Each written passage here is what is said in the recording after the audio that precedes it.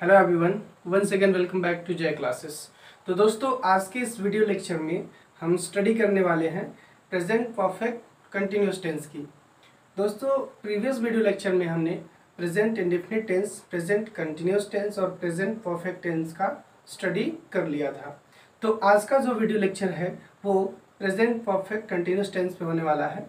तो दोस्तों, इससे पहले कि मैं वीडियो को स्टार्ट करूं, आप सभी से रिक्वेस्ट करना चाहूँगा, यदि अभी तक आपने हमारे चैनल को सब्सक्राइब नहीं किया है तो चैनल को अभी सब्सक्राइब करें, बेल आइकन ऑल पे रखें ताकि आने वाले वीडियो के सभी अपडेट आपको बिल्कुल टाइम से मिलता रहे और आप इसका बेनिफिट लेते रहें।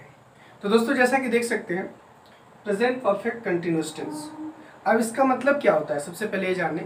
तो दोस्तों, प्रेजेंट परफेक्ट कंटिन्यूअस टेंस का मतलब होता है पूर्ण अपूर्ण वर्तमान काल। क्या होता है दोस्तों? पूर्ण अपूर्ण वर्तमान काल। अब आप ये पूछेंगे कि पूर्ण भी है और अपूर्ण भी है, ऐसा क्यों है?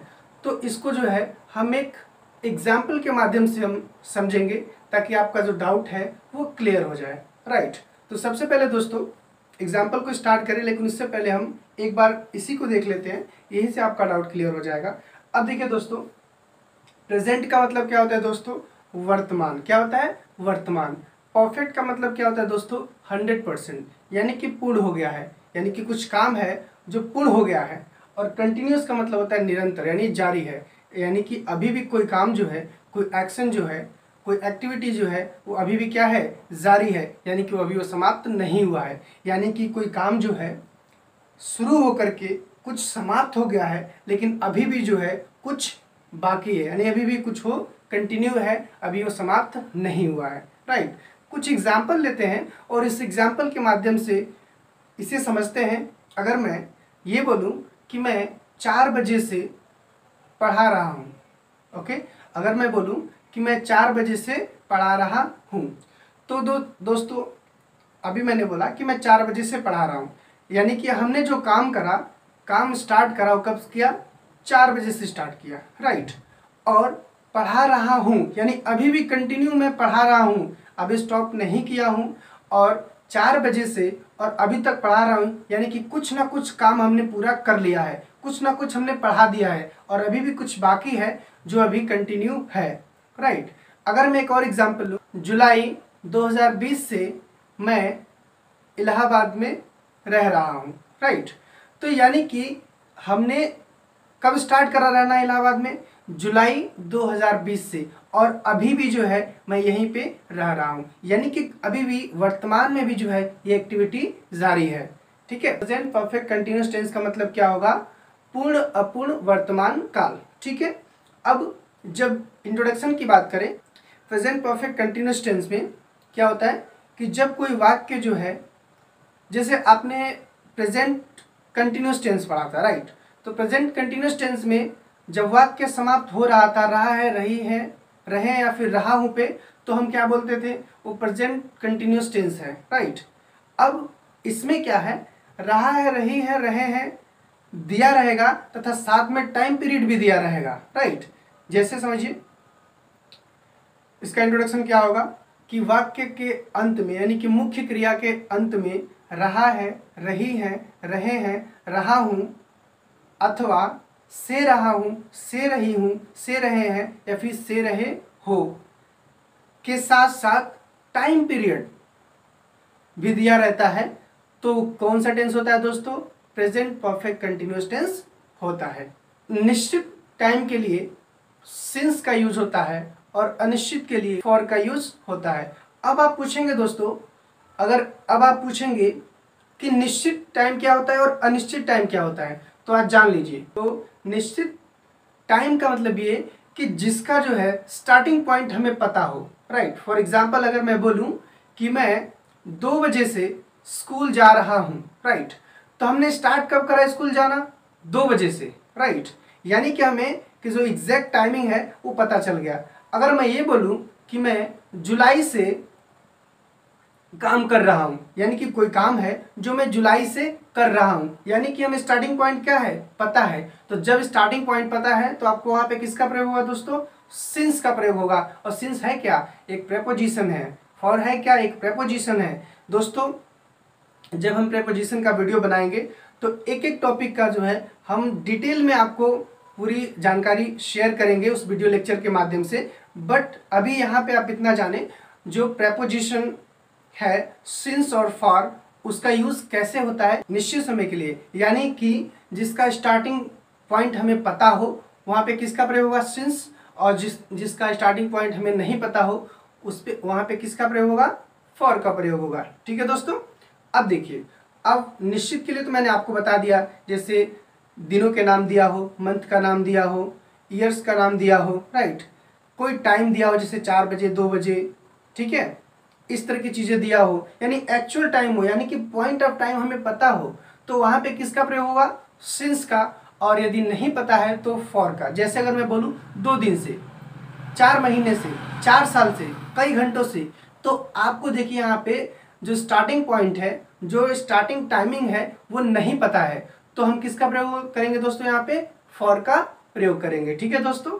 एक इम्पॉर्टेंट इन्फॉर्मेशन ये जान लेना ज़रूरी है उन बिगिनर्स के लिए जो अभी तक इसके बारे में अवेयर नहीं है। ही, शी, इट तथा सिंगुलर नाउन के साथ जो है हैज़ बीन का प्रयोग होगा यहाँ पे, और आई, वी, यू, दे तथा प्लूरल नाउन यानी कि बहुवचनकर्ता के साथ हैव बीन का यूज होगा। ठीक है दोस्तों, यहाँ तक तो हमने जान लिया। अब हम देखेंगे स्ट्रक्चर और उसके बाद से कुछ एग्जाम्पल देखेंगे, फिर हम प्रैक्टिस करेंगे। और आपसे मैं रिक्वेस्ट करना चाहूँगा कि एक बार आप इसे नोट डाउन भी करते चले, क्योंकि एक बार इसे देख रहे हैं उसी टाइम यदि नोट डाउन भी कर लेंगे, वीडियो को पॉज करके नोट डाउन कर सकते हैं, नोट डाउन कर लेंगे तो सारा डिटेल आपको पता चल जाएगा और वहाँ से आप उससे प्रैक्टिस भी कर सकते हैं। जैसे कि आप स्ट्रक्चर देख सकते हैं, subject plus has oblique have plus been plus first form of the verb में ING, okay, plus object plus since oblique for plus time period. मैं 2 बजे से विद्यालय जा रहा हूँ। तो दोस्तों अभी मैंने बताया कि आई के साथ किसका प्रयोग होगा, हैव बीन का, राइट। तो आप स्ट्रक्चर देख सकते हैं और एग्जाम्पल लेते हैं। मैं 2 बजे से विद्यालय जा रहा हूँ। So I have been going to school since 2 o'clock, okay. मैं 2 बजे से विद्यालय जा रहा हूँ। I have been going to school since 2 o'clock। और कुछ एग्जाम्पल लेते हैं। भारत के प्रधानमंत्री 4 दिनों से अमेरिका जा रहे हैं। भारत के प्रधानमंत्री 4 दिनों से अमेरिका जा रहे हैं। अब देखिए दोस्तों, यहाँ पे 4 दिनों से जा रहे हैं, हमें एग्जैक्ट टाइम नहीं पता है, स्टार्टिंग पॉइंट नहीं पता है कि किस दिन से जा रहे हैं, तो यहाँ पे क्या लगेगा दोस्तों, फॉर का यूज होगा, ओके। तो हमने क्या बोला, भारत के प्रधानमंत्री 4 दिनों से अमेरिका जा रहे हैं, right. So India's prime minister या फिर prime minister of India has been going to America for 4 days, okay. India's prime minister has been going to America for 4 days, okay. Deepu sir सुबह से पढ़ा रहे हैं। दीपू सर सुबह से पढ़ा रहे हैं। Deepu sir has been teaching since morning. Rohan 2 दिनों से विद्यालय जा रहा है। Rohan has been going to school for 2 days, okay.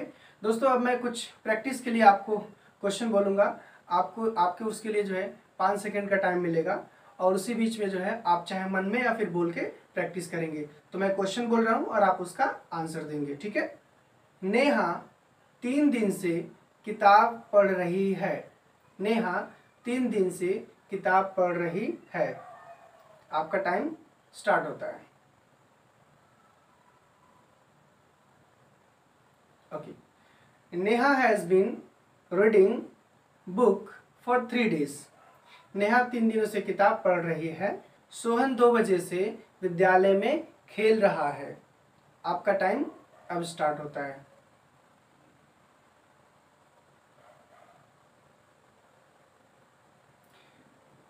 Sohan has been playing in the school since 2 o'clock.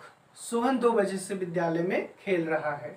Sohan has been playing in the school since 2 o'clock. Okay, चलिए दोस्तों, अगर मान लीजिए कि नेगेटिव सेंटेंस आ जाए, यानी कि नकारात्मक वाक्य आ जाए, तो आप क्या करेंगे, सिंपली हैज बीन और हैव बीन के बीच में क्या लगा देंगे, आप नॉट का यूज कर देंगे। अगर मैं बोलूं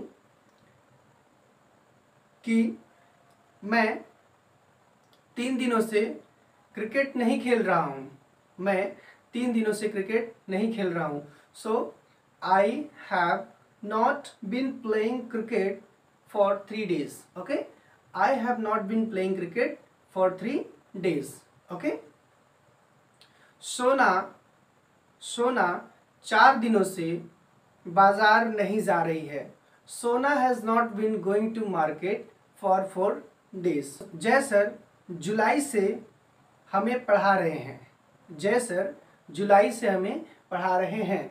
जय sir has been teaching us since July. Okay, Jay sir has been teaching us since जुलाई।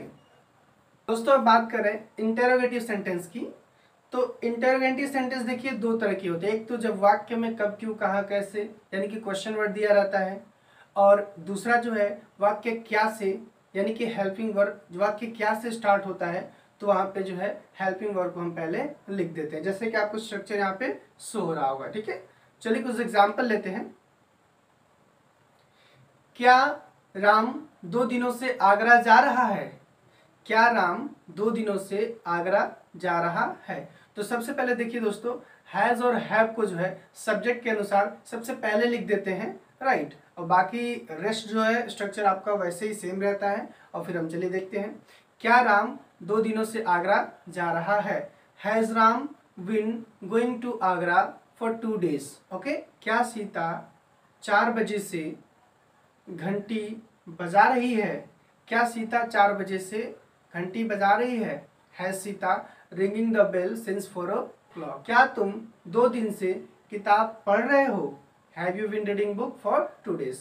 तो दोस्तों ये रहा कुछ मैंने आपको अफर्मेटिव, नेगेटिव और इंटरोगेटिव सेंटेंस बताया। अब बात करें क्वेश्चन वर्ड की, तो कैसे क्वेश्चन वर्ड होगा, जैसे तुम 2 महीनों से अपना काम पूरा क्यों नहीं कर रहे हो। सो क्या होगा, सबसे पहले हम क्वेश्चन वर्ड को लिखते हैं, देख सकते हैं स्ट्रक्चर आप, why have you not been completing your work for 2 months। तो ये रहा आपका प्रेजेंट परफेक्ट कंटिन्यूअस टेंस जिसको मैंने बताया, और इस स्ट्रक्चर के माध्यम से आप और भी जो है प्रैक्टिस कर सकते हैं। तो आशा करता हूँ दोस्तों आज का जो वीडियो लेक्चर था आपके लिए हेल्पफुल रहा होगा, और अभी तक आपने चैनल सब्सक्राइब नहीं किया है तो दोस्तों अभी ये चैनल सब्सक्राइब करें, बेल आइकन ऑल पे रखें ताकि आने वाले वीडियो के सभी अपडेट आपको टाइम पे मिलता रहे। तब तक के लिए बाय बाय, थैंक यू।